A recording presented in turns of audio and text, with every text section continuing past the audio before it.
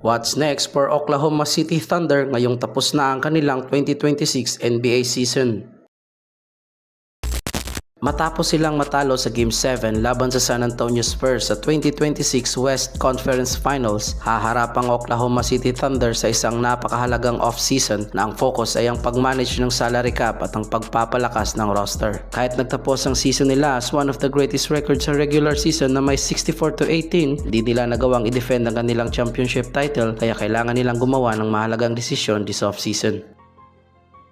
Isa sa pangunahing priority ng team this off-season ay ang contract extensions at ang salary cap management. Ang pinaka-importanting need gawin ng Thunder ay ang pagbigay ng contract extension kay Cason Wallace na isa na ngayon sa pinakamahusay na perimeter defenders ng koponan at qualified na para sa rookie scale extension. Kaya nga lang may malaking problema sa salary cap ng OKC. Magsisimula na ang malalaking max contracts ni Chet Holmgren at Jalen Williams sa 2026-2027 NBA season. Bukod pa sa present contract ni SGA, ang tatlong kontratang ito ay naasahang kakain ng humigit kumulang 75% ng kabuuang salary cap ng team.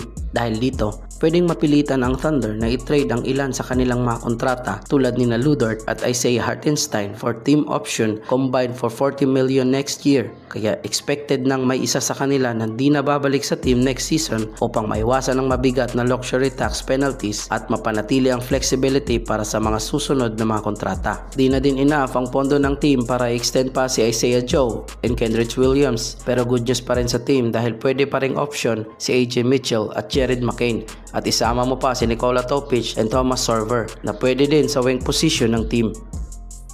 Sa 2026 NBA draft naman, marami pa ring draft assets ang Oklahoma City, kabilang na ang 12 pick from Clippers, 17 pick from Philadelphia at isa pang second round pick. Medyo siksika na ang kanilang lineup, maaaring gamitin to ni General Sam Presti as trade picks para kumuha ng mas batang manlalaro lalo na sa wing at center position gaya ni na Yaxel Ledenborg o Chris Senak Jr. Posible rin na i-package ang mga picks na ito sa isang trade para makakuha ng next Lu Dort or Hartenstein or isang established star na makakatulong sa pag-create ng opensa at mabawasan ang load kay SGA. Isa ding major concern ng team ay ang health at ang lalim ng roster.